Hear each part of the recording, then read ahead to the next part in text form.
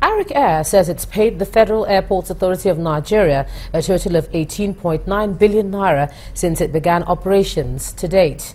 This comes on the heels of the allegations by two aviation unions that the airline owes FAN about 12.5 billion naira. This allegation led to the disruption of the airline's domestic operations on Wednesday. Although normal flight operations have resumed, the chairman of Arik Air, Sir Johnson Arumeni Ikide, says FAN on February the 12th, 2016, acknowledged in a letter that it had received the payment of 11.4 billion naira from Arik. I think 18.9. Yes. And then within this hall, senior officials and management of Arik Air are seated. This meeting is not unconnected with the carrier's nationwide disruption of flights by aviation unions a day ago.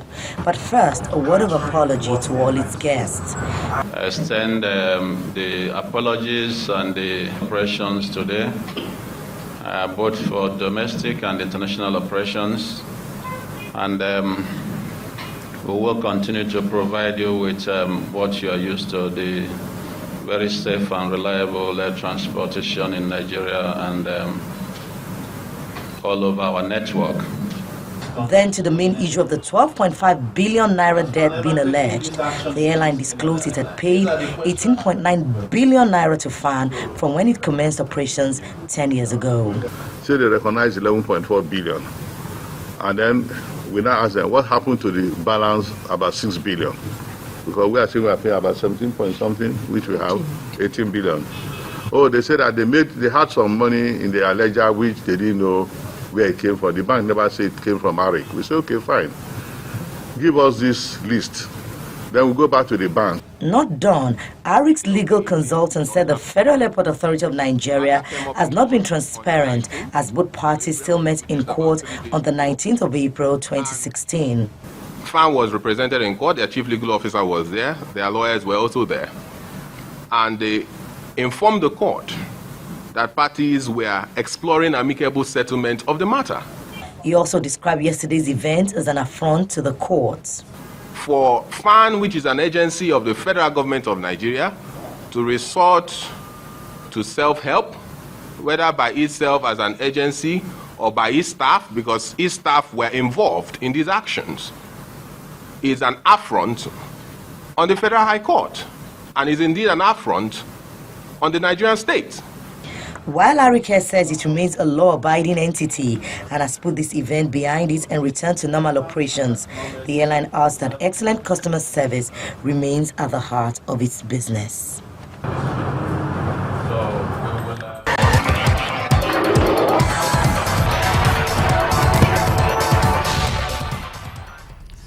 Welcome to Sports News. It's down to the business end of the Lagos preliminaries of the Channel's National Kids Cup. With quarter-finalists emerging, action continues tomorrow's teams battle for the two available spots for Lagos schools in the national finals. Our sports correspondent Austin Okonakban reports. The fun and excitement from the Lagos preliminaries continued with last year's finalist Daem beating St. Francis in the first game at Onikon Stadium. And it's a goal!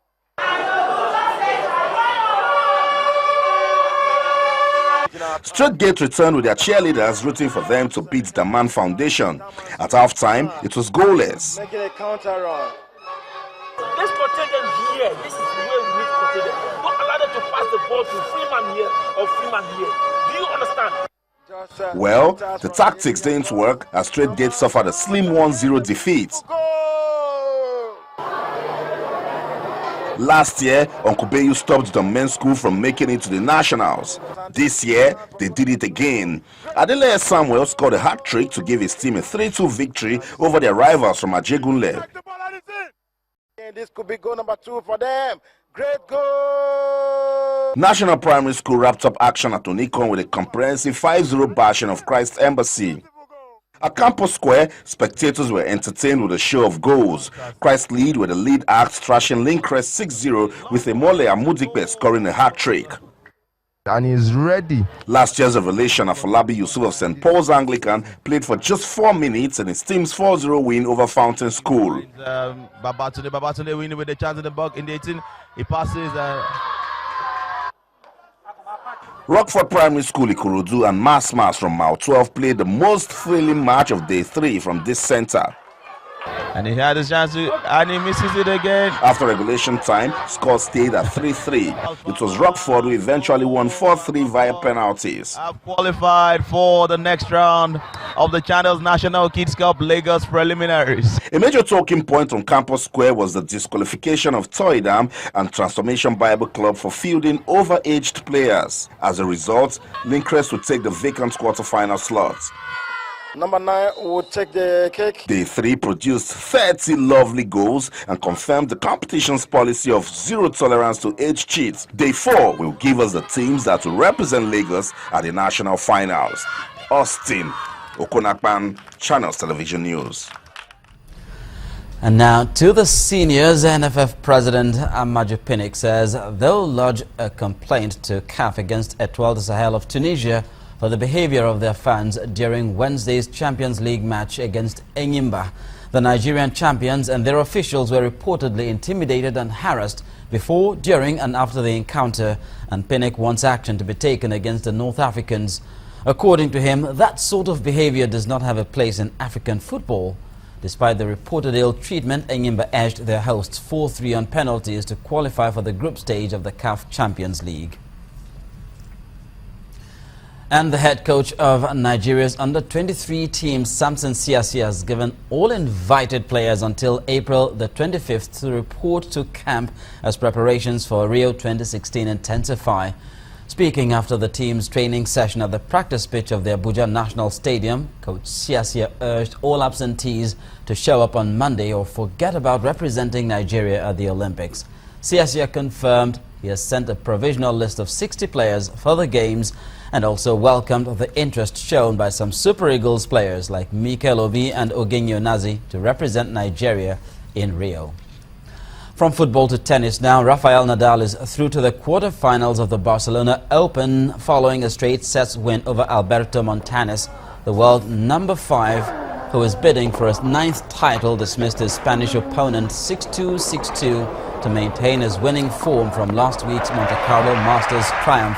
Nadal has a 45-3 event record in Barcelona and will face Fabio Fognini for a place in the semi-finals.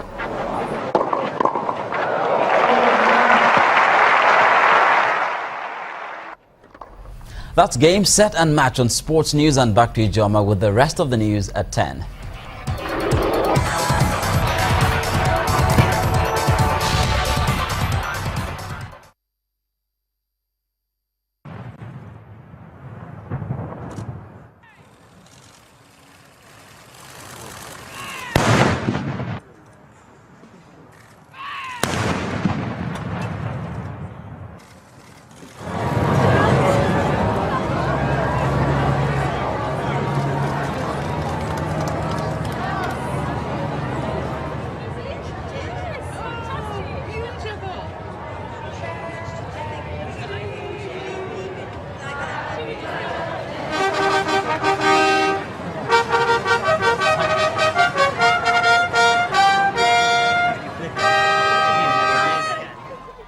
April the 21st in the United Kingdom is a day the UK remembers the birth of Queen Elizabeth II. She is Britain's longest reigning monarch and has led the monarchy through decades of social change while remaining a symbol of national stability in a shifting world. She celebrates her 90th birthday as she shows no signs of slowing down. Meanwhile, dedicated fans of Britain's royal family were rewarded for lining the streets by getting to meet Queen Elizabeth. Many were dressed in red, white and blue as children sang happy birthday to her. She smiled and appeared to enjoy the public occasion.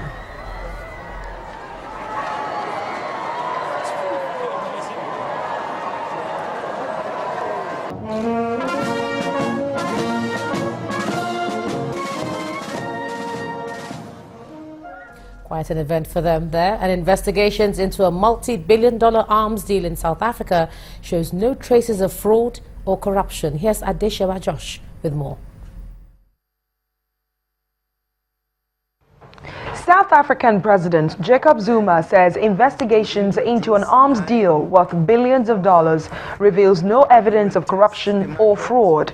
A commission of inquiry was set up 5 years ago to look into allegations surrounding the 1999 government deal.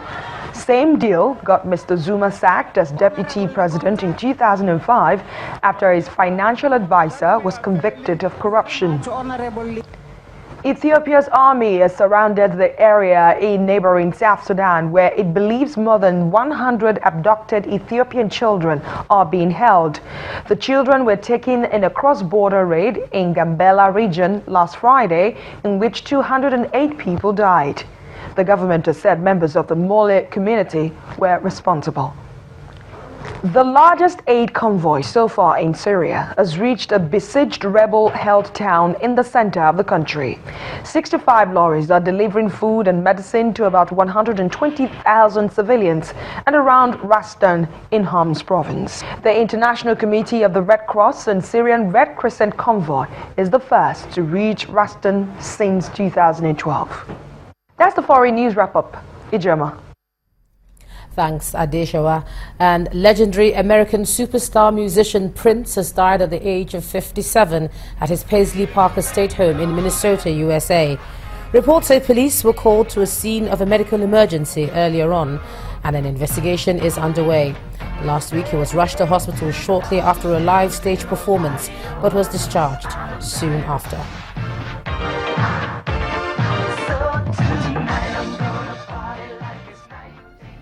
And the main news again. The federal government today deferred loan repayments by state authorities to allow governors a breather to pay workers' salaries. That's the news at 10 tonight. Thanks for staying with us. I'm Ijoma Hunyato. Do have a good night.